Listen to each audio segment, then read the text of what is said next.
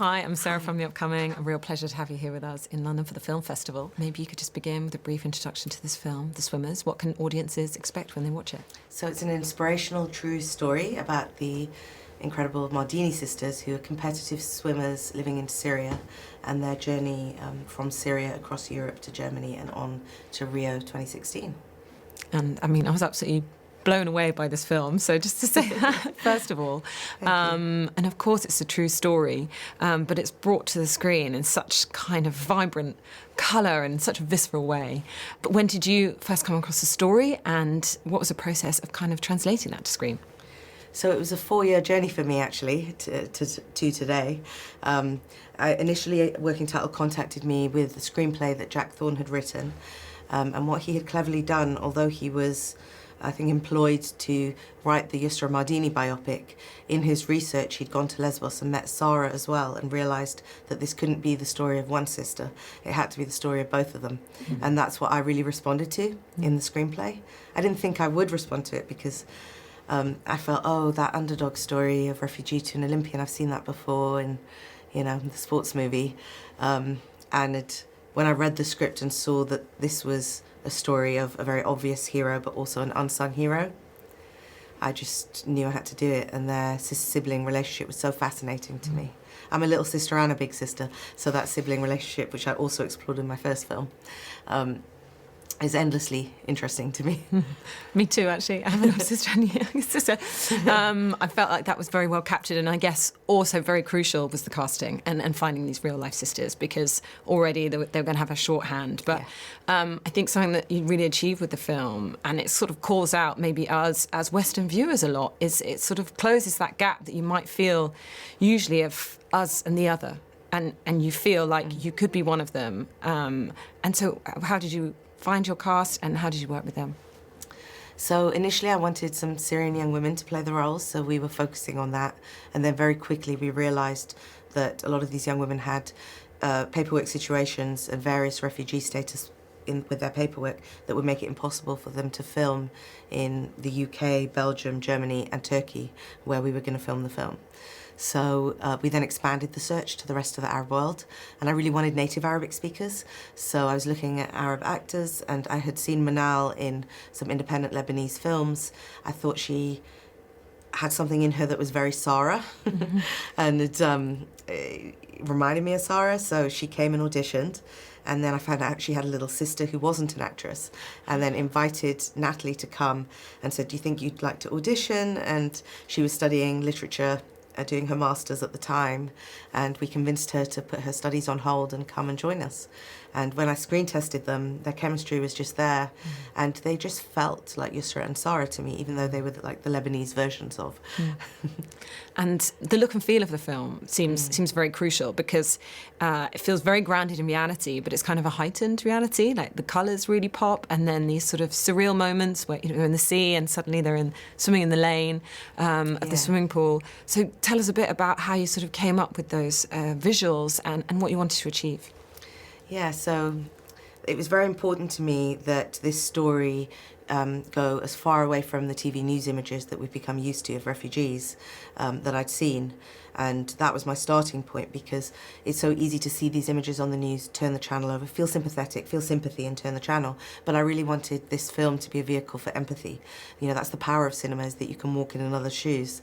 And so stylistically, I decided everything above water was reality and everything underwater was not, and that underwater was a place of memory and dreams and nightmares, and this non-reality place, really, that captured that side of the emotional side of the story.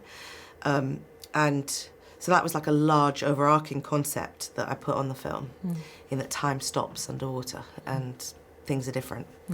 And then even down to which camera we chose and the lenses we chose. We chose these handmade Crystal Cook Express lenses that have a lot of imperfections in them, and are quite impure, and the opposite of digital crisp images you get on the news.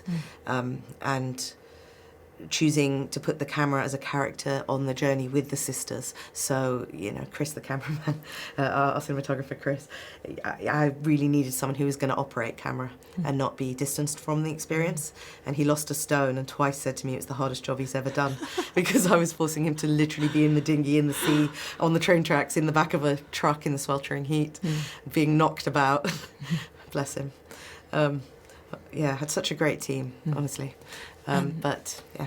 What do you hope people will take away? Because I guess, exactly as you said, by moving away from this very distanced feeling of reading a headline, however shocking, and actually being there in that dinghy, sleeping on the underpasses, trapped in the back of a van, I think people cannot fail to be moved. And do you hope that their eyes will be opened to the reality, and this needs to stop? There needs to be a safer way for people to be able to escape their countries. Yes, absolutely. I mean, I hope that audiences come away realising that refugees are ordinary people just like you and me, and that they really feel that, actually, rather than intellectually understand it.